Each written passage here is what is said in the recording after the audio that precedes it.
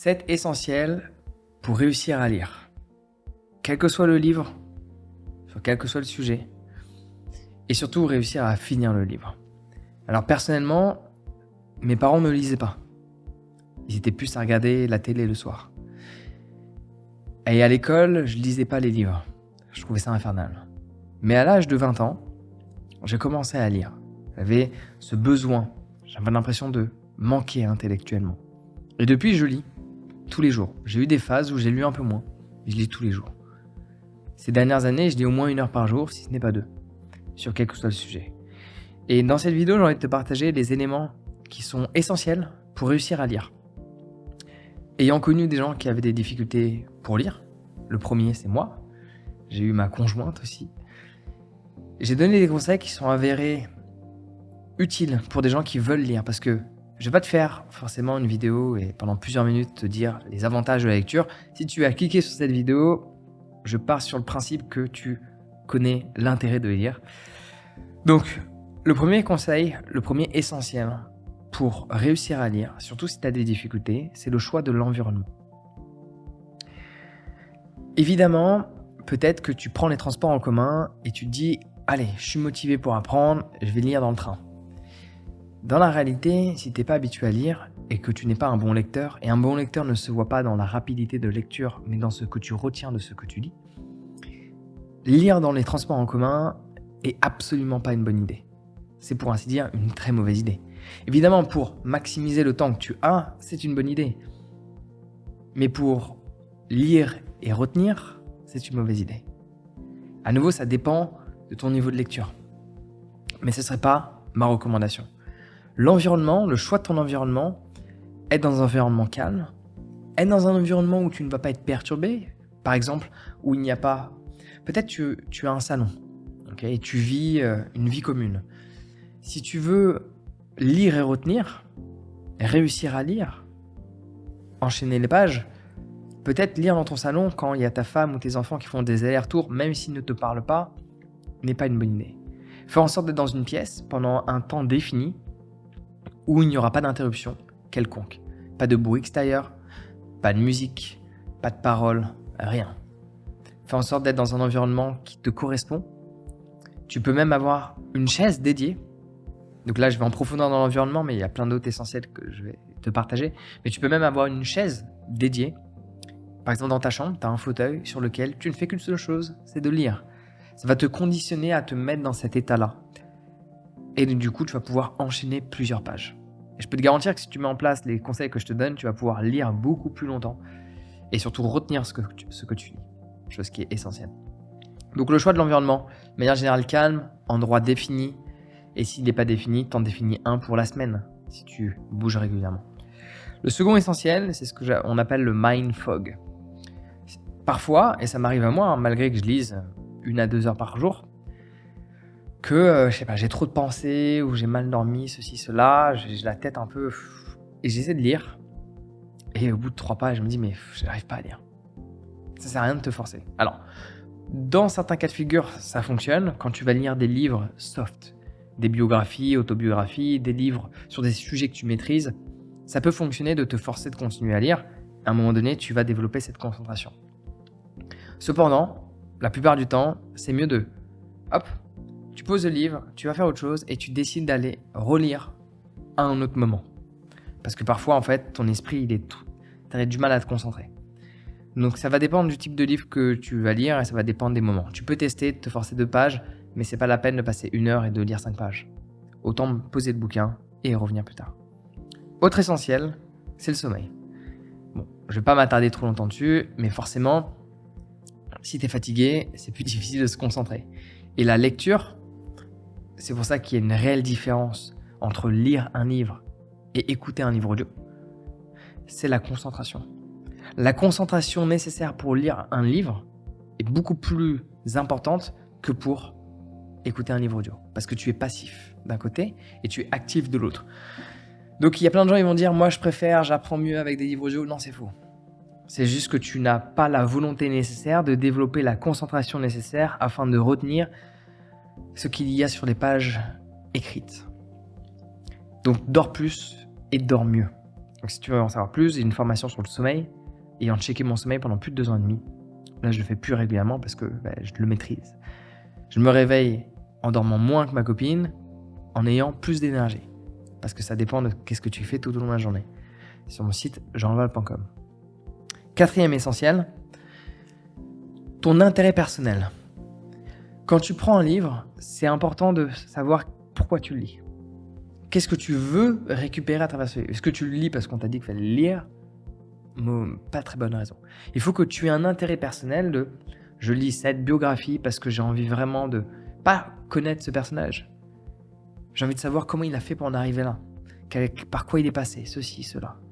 Je lis tel livre sur le développement personnel parce que je veux absolument apprendre ça afin de réussir ça. » Et n'hésite pas à te le redire à chaque fois que tu prends le livre, avant d'aller le chercher et une fois que tu l'as dans les mains, avant de commencer à lire.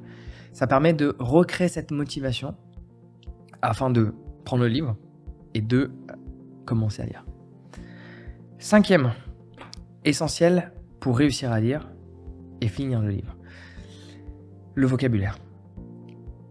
Ça peut être difficile à entendre, mais il y a des livres dont tu n'as pas pas juste les connaissances, parce qu'en fait, le vocabulaire, il peut se baser sur 2 choses. Il y a des livres, si tu lis un livre sur un sujet qui t'intéresse, mais que tu ne connais pas, ça veut dire que tu as pris la décision de te former à travers la lecture. Il peut y avoir un vocabulaire dans le livre qui est technique et que tu n'as pas, chose qui est normale. Du coup, ce vocabulaire va être un frein. Il va falloir l'apprendre, ce vocabulaire. Ça, je t'en parlerai dans une autre vidéo, mais il va falloir apprendre ce vocabulaire parce que sinon tu vas être bloqué et toutes les demi-pages, tu vas devoir comprendre de quoi il parle. Mais là où je vais en arriver, surtout pour cette vidéo, parce que je prends en considération que tu ne vas sûrement pas lire des livres très très techniques ou des essais, si tu as cliqué sur cette vidéo, à moins que tu te renseignes vraiment, c'est la dynamique de vocabulaire, dans le sens, non pas un vocabulaire technique qui va exprimer des choses particulières, mais peut-être que le livre que tu vas lire, genre par exemple tu veux lire Le génie égoïste de Richard Dawkins, Le prince de Machiavel ou L'art de la guerre ou je ne sais quoi, il y a un vocabulaire que peut-être tu ne maîtrises pas. Le vocabulaire employé dans ces livres-là, que je te donne, qui sont un classique, que tu entends, qu'il y a plein de gens qui disent qu'ils ont lu, mais je suis persuadé qu'ils n'ont pas compris, vu le vocabulaire qu'ils emploient, par exemple dans leurs vidéos, ce ne serait pas surprenant qu'ils n'ont pas compris, ou en fait qu'ils ont lu un résumé ou lu un livre audio et qu'ils disent qu'ils l'ont lu. Ouais.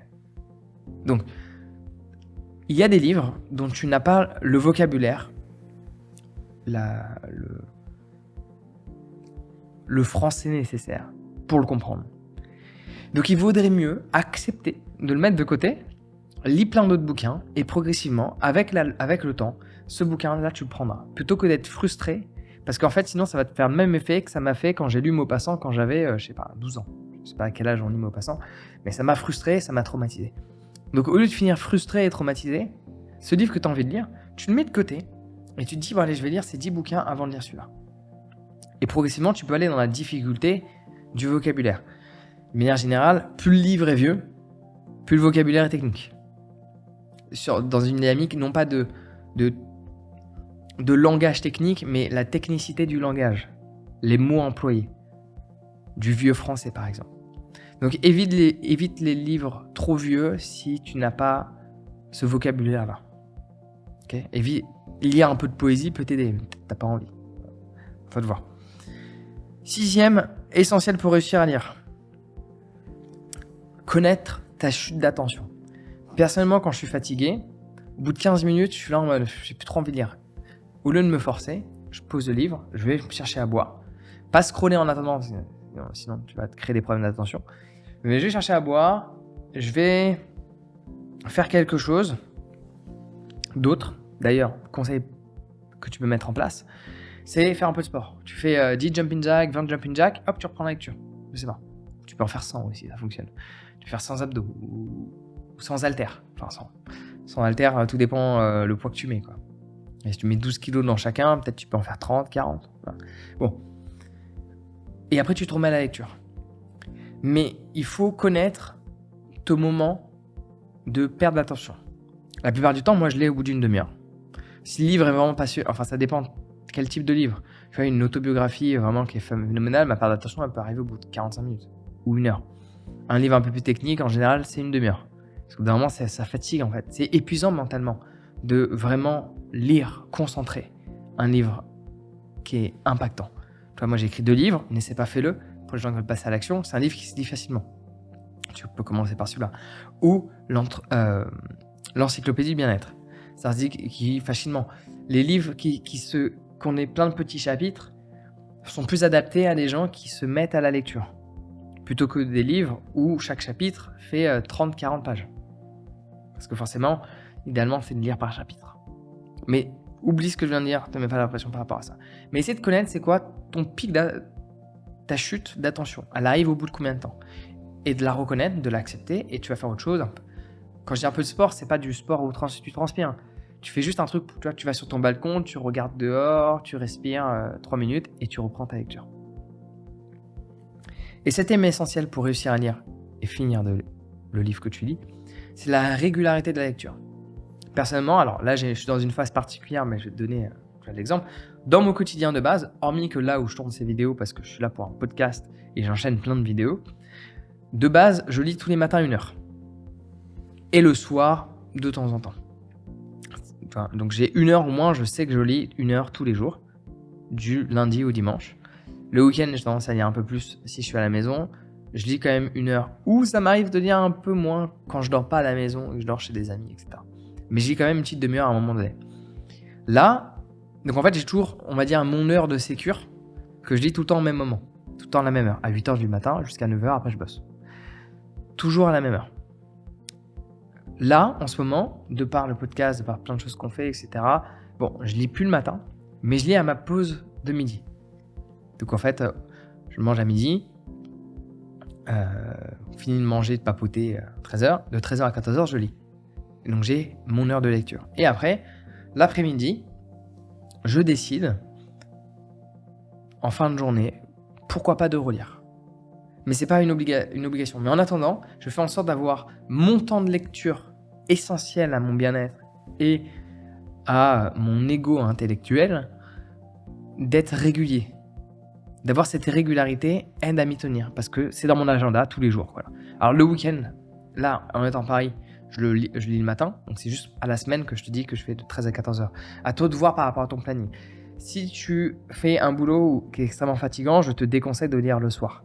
Et à nouveau, tous les livres, ça peut être conseil bonus, ne se lisent pas le soir. Lire un livre ultra technique le soir dans le lit, c'est moyen. Lire une biographie, pourquoi pas.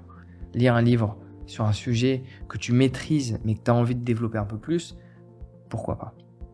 Donc voici les essentiels pour mieux lire. Si tu veux découvrir mes livres, tu vas sur mon site jeanlaval.com ou dans les magasins. Et si tu veux que je t'aide sur d'autres aspects de la vie, va voir sur mon site jeanlaval.com. J'ai plein de formations sur différentes thématiques où j'ai mis beaucoup d'efforts afin de te proposer quelque chose de qualitatif. Sur ce, prends soin de toi et passe une excellente journée. Ciao.